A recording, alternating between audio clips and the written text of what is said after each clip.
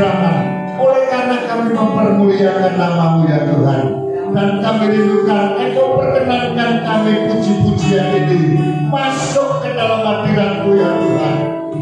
Dan kami persilakan Engkau menguasai hati dan pikiran kami, agar kedatangan kami ke rumah-Mu ini tidak menjadi sia-sia.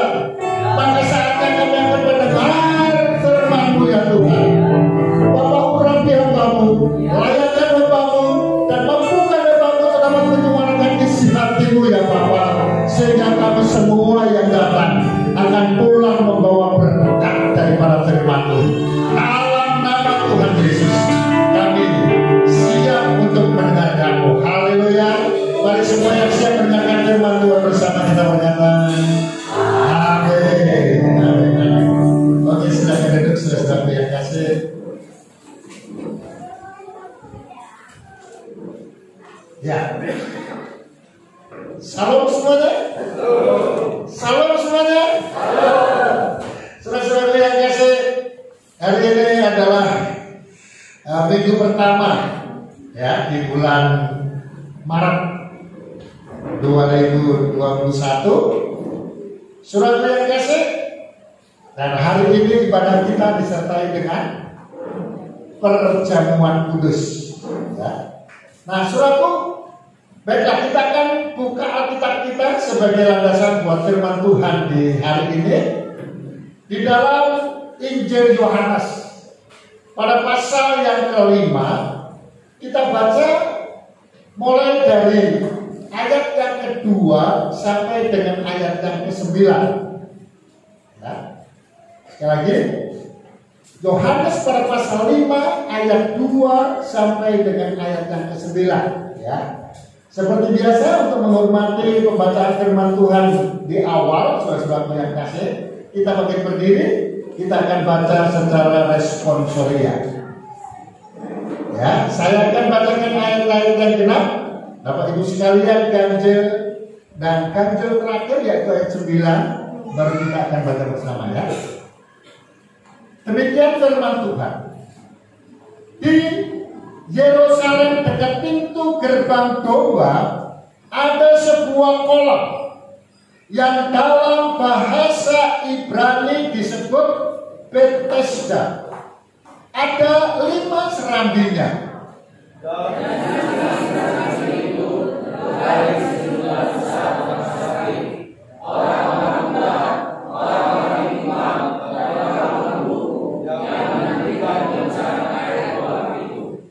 Sebab sewaktu-waktu turun malaikat Tuhan ke kolam itu dan menggoncangkan air itu, barang siapa yang terdahulu masuk ke dalamnya, sesudah goncangan air itu menjadi sembuh, apapun juga penyakitnya. Di situ ada seorang yang sudah 38 tahun lamanya sakit. Ketika Yesus melihat orang itu berbaring di situ, dan karena ia tahu bahwa ia telah lama dalam keadaan seperti itu, berkatalah ia kepadanya, maukah engkau sembuh? Jawab orang sakit itu kepadanya, Tuhan, tidak ada seorang yang menemukan aku dalam kolam itu apabila air mulai terjang, dan sementara aku menuju kolam itu, orang lain sudah turun dahulu aku. Kata Yesus kepadanya, bangunlah, angkatlah tilammu dan berjalanlah sama-sama. Dan pada sembuhlah orang itu, lalu ia mengangkat tilamnya dan berjalan. Tetapi hari itu hari Sabat. Sebentar. Satu ayat lagi kita ulangi saudara, yaitu ayat yang ke-6 ya. Ayat yang ke-6 ya. Kita akan ulangi lagi ayat yang ke-6. 2, 3. Ketika Yesus melihat orang itu berbaring di situ, dan karena ia tahu bahwa ia telah lama dalam keadaan itu, berkatalah ia kepadanya, maukah engkau sembuh? Ya, amin. Silakan duduk saudara-saudara yang kasih. Ya, firman Allah di dalam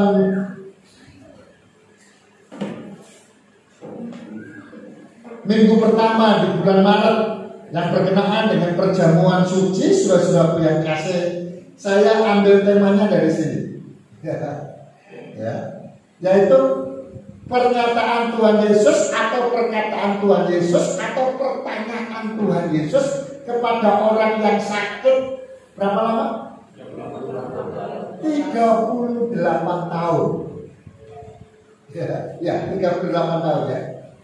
Saudara-saudara yang kasih, keadaan yang sangat menderita dan penderitaannya itu kuadrat. Ya. Kenapa saya katakan kuadrat? Ya, bukan hanya menderita, tapi sangat menderita. Kenapa sangat menderita? Bayangkan saudara, yang ada di dalam pikirannya, karena apa yang dia dengar dan apa yang dia lihat, orang lain bisa, tapi dia tidak bisa sembuh. 38 tahun. Ya. Banyak sekali orang-orang yang sakit dan semuanya berada di sekitaran atau sekeliling daripada kolam Bethesda. Dan pemberitaan itu jelas.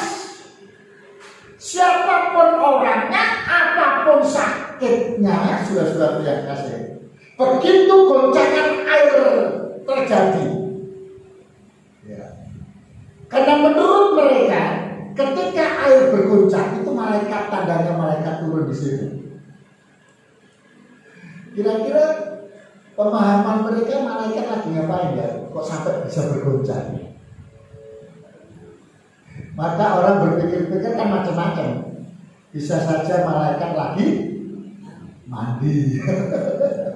Memang malaikat perlu mandi. Tapi itulah pikiran manusia, saudara-saudaraku yang kasih. Atau mungkin cuci tangan, cuci kaki dan lain sebagainya. Kita tidak membahas itu. Yang ada di sini adalah ketika malaikat turun menurut pemahaman mereka, itu air menjadi goncang. Dan ketika goncangan itu terjadi, maka siapapun yang turun duluan dan apapun sakitnya, ya, tidak ada yang tidak disembuhkan. Itu yang awal ya, yang awal pasti sembuh. Ya, yang parah pun itu sembuh, apalagi yang tidak parah. Dan orang lumpuh ini 38 tahun. Dan itu kalau diteruskan, artinya Yesus belum datang pada waktu itu, ini orang juga tidak akan sembuh. Kenapa? Karena yang berada di dekat kolam Bethesda itu tidak ada dia orang lumpuh. Orang lumpuh banyak. Orang buta juga ada. Orang bisu juga ada, orang tuli juga ada, saudara yang kasih. Lalu coba bayangkan kenapa 38 tahun dia tidak bisa sembuh.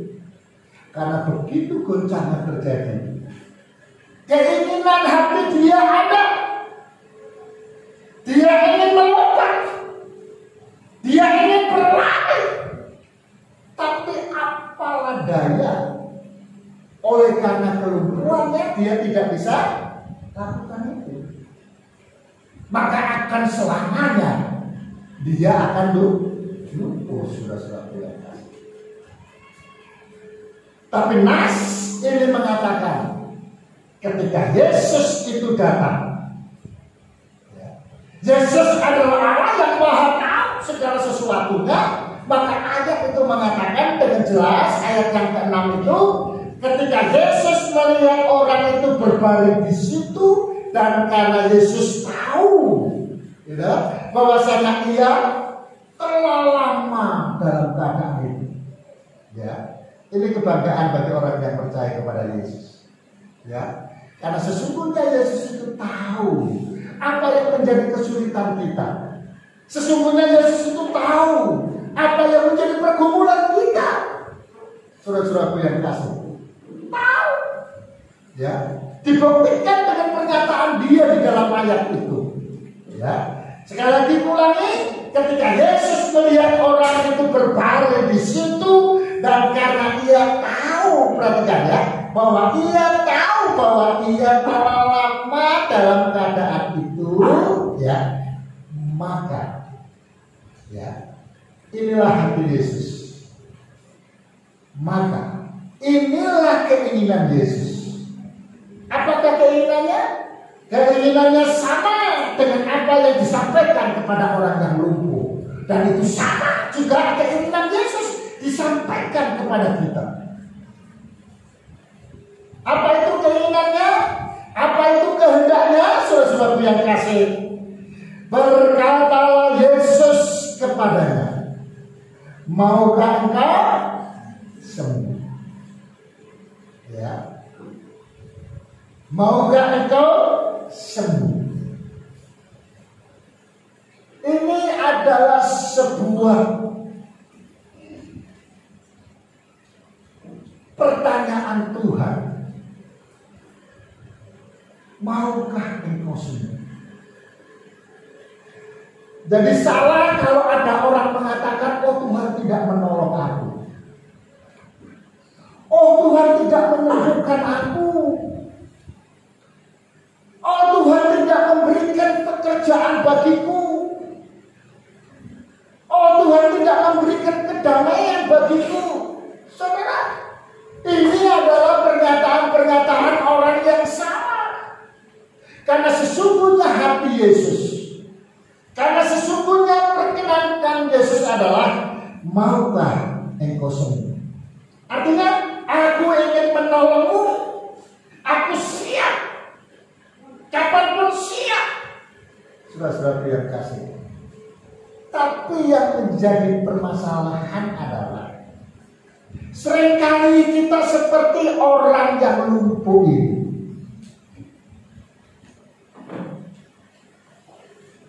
Baca selanjutnya, saudara. Tuhan Yesus katakan, apa yang menjadi kemauan Tuhan? Aku inginkan engkau sembuh. Aku inginkan engkau lepas dari permasalahanmu. Aku inginkan engkau bebas dari keterikatan, okultisme, dan lain sebagainya. Maukah engkau sembuh, kata Yesus. Coba jawaban daripada orang yang sakit itu.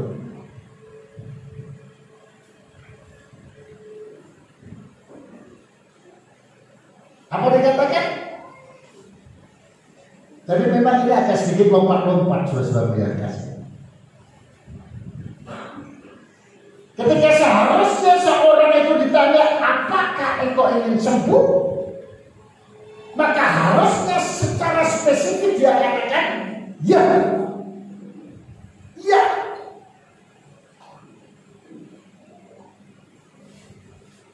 Tapi seringkali keraguan-keraguan, ketidakpercayaan.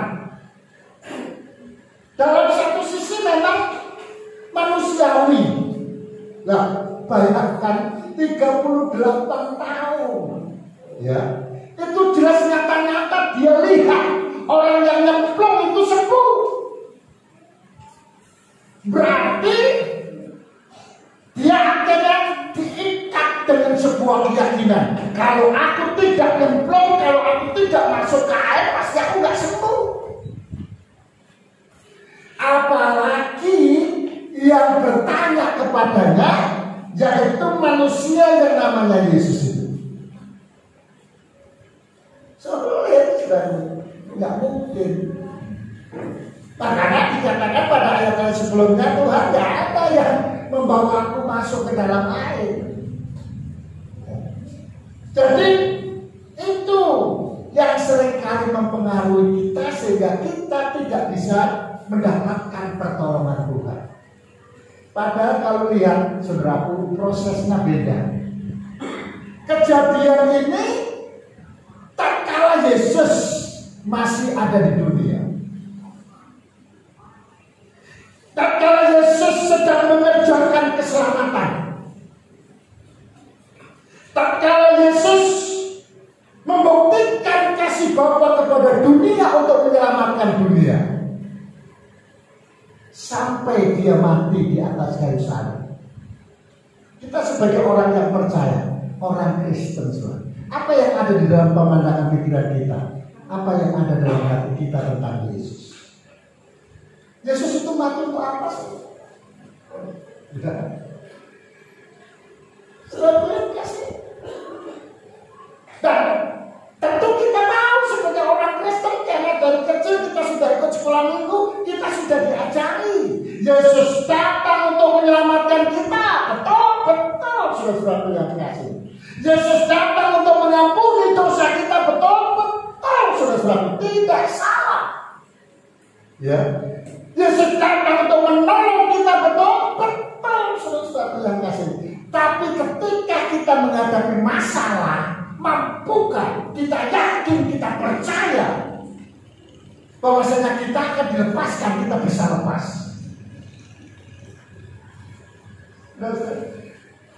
Oh, nggak mungkin saya itu seperti ini, gitu. Itu yang terjadi pada berkenaan dengan perjamuan suci. Itu berbicara tentang penyelamatan. Itu berbicara tentang korban Yesus di atas kayu salib. Saya ingin mengajak Bapak Ibu sekalian untuk berpikir. Ya, tolong dijawab dengan baik. Ya, salah pun nggak apa-apa ya. Namanya juga jawaban sudah biar kasih ya. Nah, kalau salah berarti nanti bisa diluruskan. Pertanyaan saya adalah, kalimat apa yang terakhir keluar dari mulut Yesus sebelum dia meninggal? Segala kuserahkan. Ya. Terus ada lagi? Kehendak mulai. Ya, jadi. Saudara-saudara yang kasih, ayo kita buka Alkitab kita di dalam Injil Yohanes.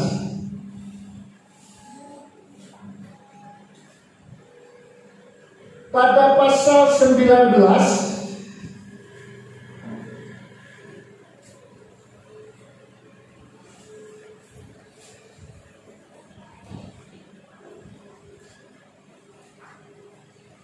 ya. Yohanes pada pasal 19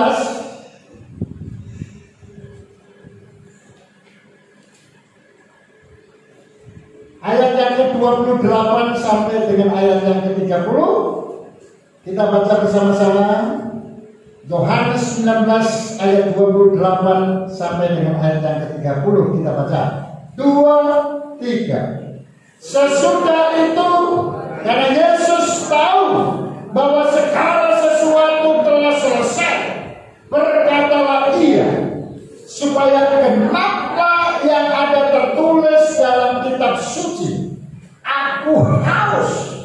Di situ ada suatu bekas penuh anggur asam, maka mereka mencucukkan bunga karang yang telah dicelupkan dalam anggur asam pada sebatang hisop, lalu menunjukkannya ke mulut Yesus. Perhatikan, sesudah Yesus meminum anggur asap itu, berkatalah ia, sudah selesai. Lalu ia menundukkan kepalanya dan menyerahkan nyawanya. Ya, menyerahkan nyawanya. Ya. Saudara-saudaraku yang kasih, tetapi kalimat yang mendahului ketika Yesus tidak menyerahkan nyawanya adalah kalimat sudah selesai. Ya, sudah selesai. Saudara, kalau berita tentang Bethesda, karena saat itu Yesus belum menggenapi untuk penyelamatan dalam misi ilahinya,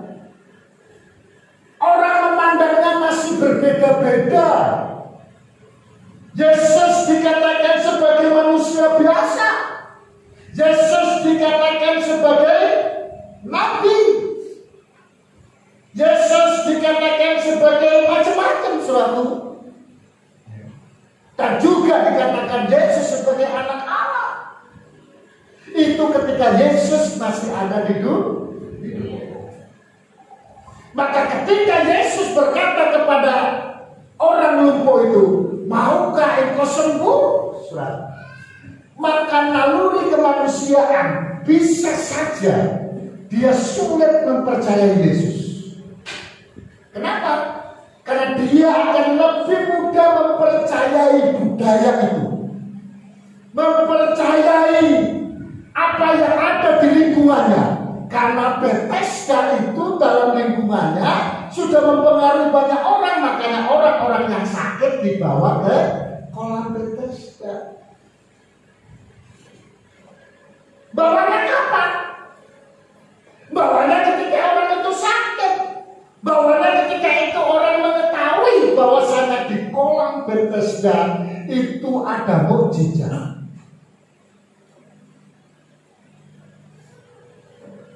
Terus Yesus kata, mau kamu sembuh? Coba orang yang 38 tahun mempercayai okultisme, saudara-saudara yang kasih, akan sulit. Ya. Bahkan dia akan ceritakan, siapa yang gak ingin sembuh? Pemahaman orang yang sakit 38 tahun adalah sembuh. Ya tentu aku mau sembuh. Cuma masalahnya siapa yang membawa aku ke situ? Itu yang jadi problem. Padahal sebenarnya Yesus itu inginkan adalah, maukah engkau sembuh? Lalu dia katakan apa? Ya, aku mau sembuh. Ya. Tentu pertanyaannya berikut, percayakah engkau kepadaku? Kalau itu menjurus ke situ, bisa saja dia pilih siapa engkau kan gitu kan, nggak kenal saudara yang kasih.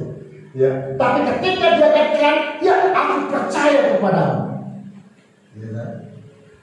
Tapi apapun namanya, saudara yang kasih, Yesus itu datang kepada umat manusia.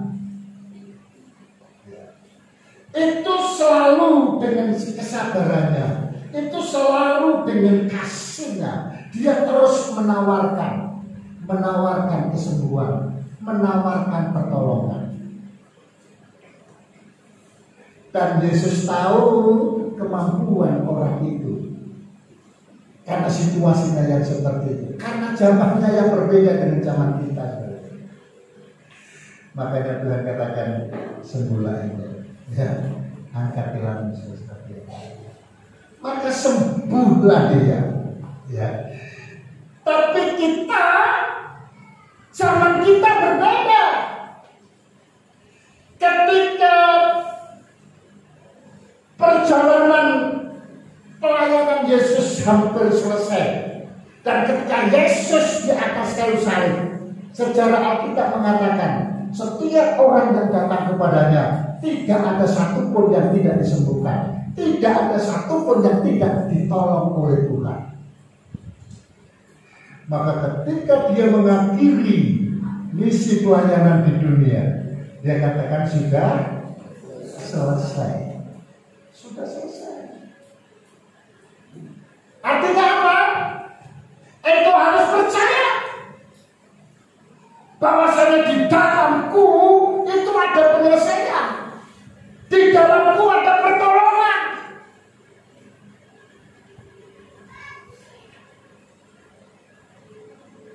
Saudaraku, kalau kita melihat dalam sejarah, ketika Yesus masih ada di dalam dunia itu, Yesus sudah banyak yang orang tidak tahu, dia kasih tahu bagaimana caranya supaya kita mendapatkan pertolongan kepada Tuhan. Ya. Coba kita lihat di dalam Injil Matius.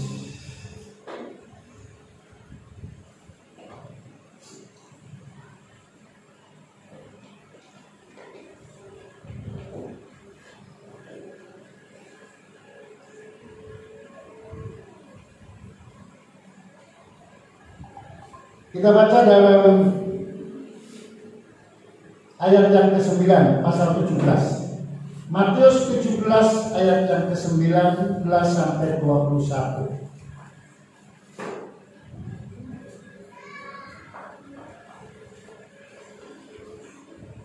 Matius 17, 19 sampai 21. Baik, kita akan baca bersama. 2, 3. Kemudian murid-murid Yesus datang, dan ketika mereka sendirian dengan dia, bertanyalah mereka, mengapa kami tidak dapat mengusir setan itu? Ia berkata kepada mereka, karena kamu kurang percaya. Sebab aku berkata kepadamu, sesungguhnya sekiranya kamu mempunyai iman sebesar biji sesali saja, kamu dapat berkata kepada gunung itu, pindah dari tempat ini ke sana, maka gunung itu akan pindah, dan takkan ada yang mustahil bagimu. Perhatikan ayat terakhir, 2, 3. Jenis ini tidak dapat diusir kecuali dengan berdoa dan berpuasa. Saudara, ternyata ada jenis-jenis pergumulan kita. Ada jenis-jenis kuasa si jahat itu tidak dengan mudah kita patahkan dalam nama Yesus. Tidak akan mudah kita kalahkan sekalipun kita pakai nama Yesus. Ya. Contohnya seperti ini. Ini sakit apa?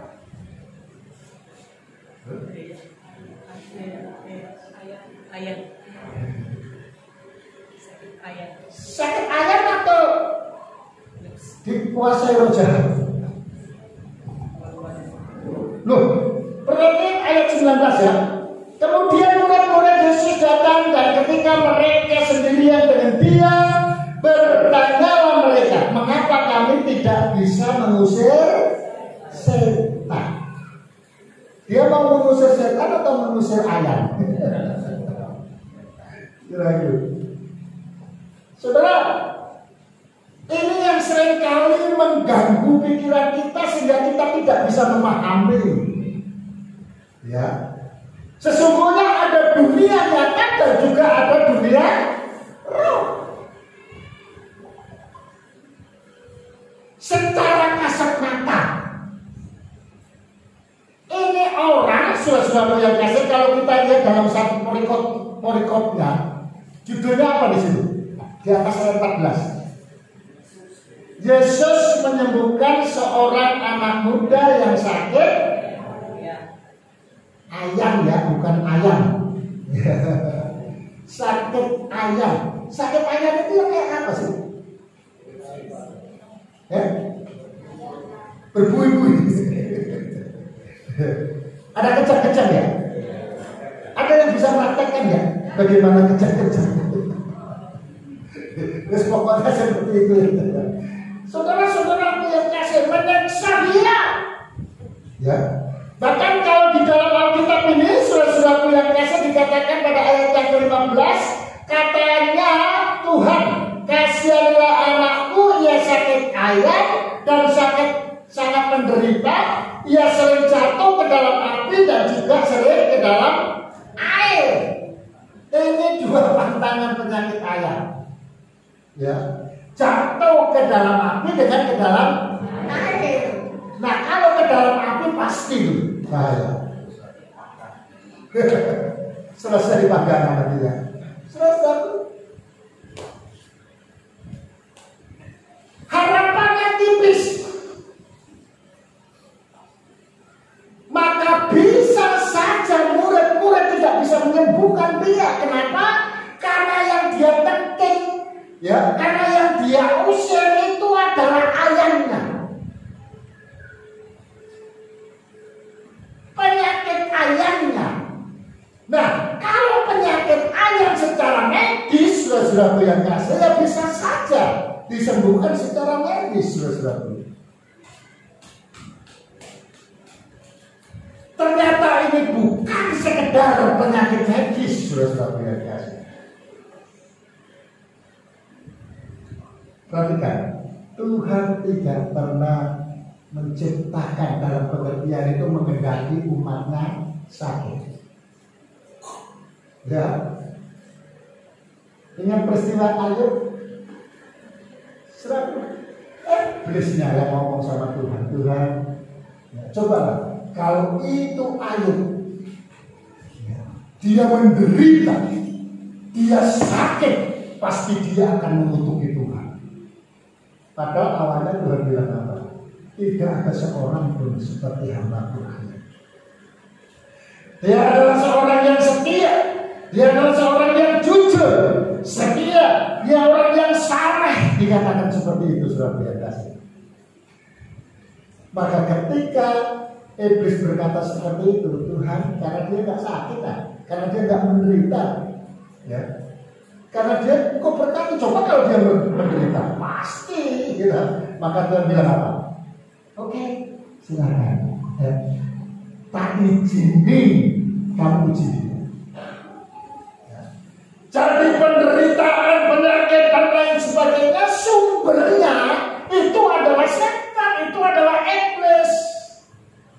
Maka yang seharusnya dilepaskan, diikat, dihancurkan itu adalah sumbernya. Maka ketika murid-murid datang kepada Yesus, Tuhan, kenapa kami tidak bisa menyembuhkan? Ya, karena dia tidak melihat dunia roh, saudara, sehingga tidak bisa secara spesifik. Dan itu yang menguncangkan hati murid. Wah, nggak bisa ya. Ya. Maka Tuhan katakan apa? Kamu kurang percaya.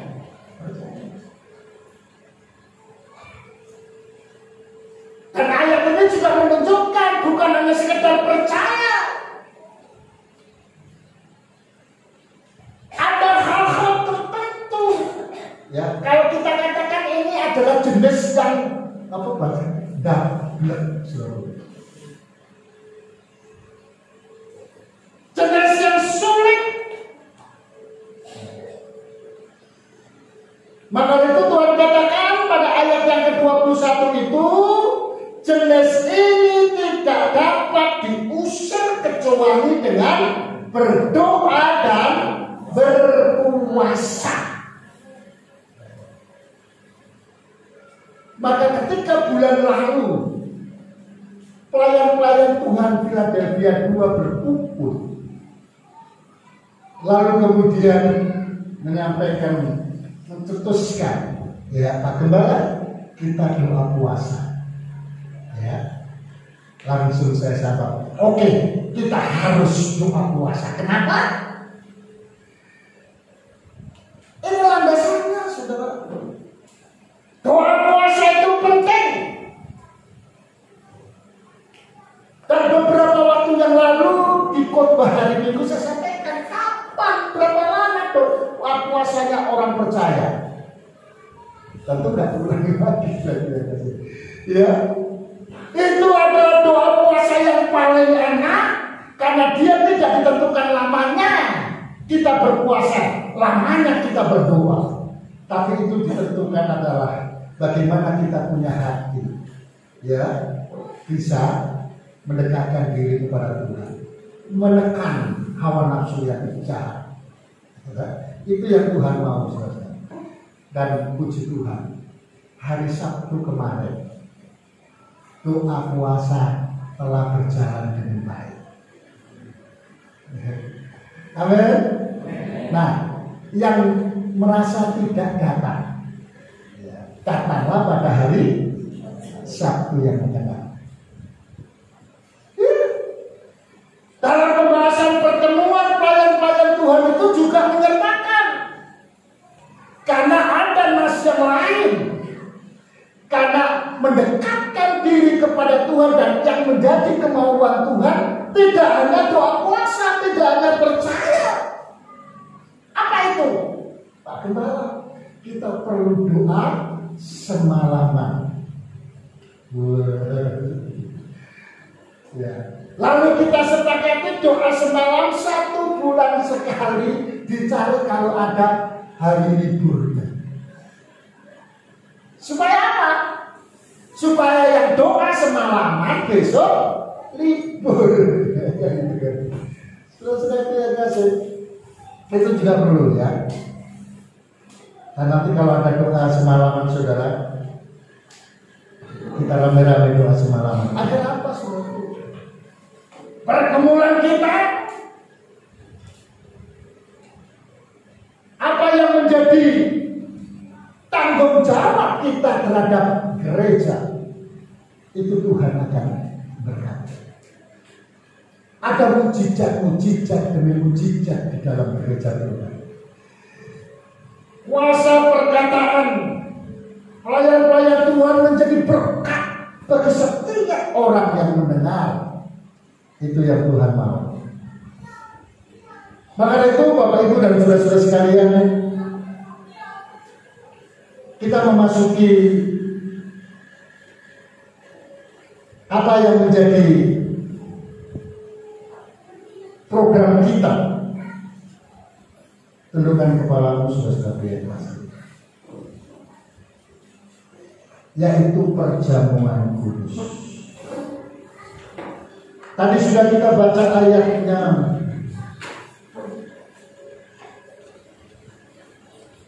Ketika Yesus mengakhiri perjalanan di dunia, berada di atas kayu salib, Dia katakan sudah selesai. Lalu Dia menyerahkan nyawanya kepada Bapa, dan pada akhirnya Dia kembali kepada Bapa. Saudara, itu adalah sesuatu yang sulit dipahami ketika orang tidak bisa melihatnya dengan iman. Yang sejelas-jelasnya, sepertinya Yesus yang adalah anak Allah berbeda dengan Bapa yang adalah Allah. Padahal sejatinya adalah Bapa, Anak, itu adalah satu. Kembali kepada Bapa, menyatu dalam kepribadian satu pribadi. Maka ketika kita menyebut Bapa, kita juga menyebut Anak. Dan ketika itu ditambah dengan apa yang disebut Roh Kudus, maka ketiganya adalah satu, yaitu Bapa. Dia katakan sudah selesai.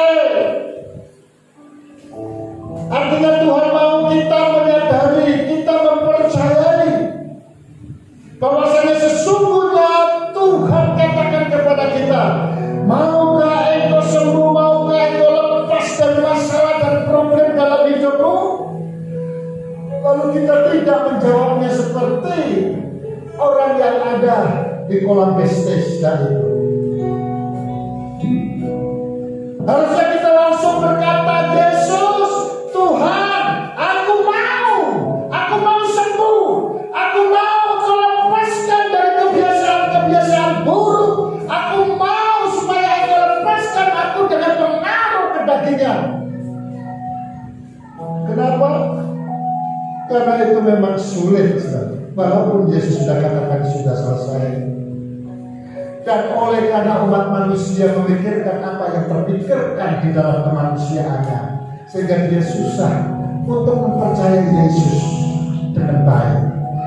Tapi hari ini Tuhan mau katakan kepada kita semua, percayakah engkau dengan aku sesungguhnya?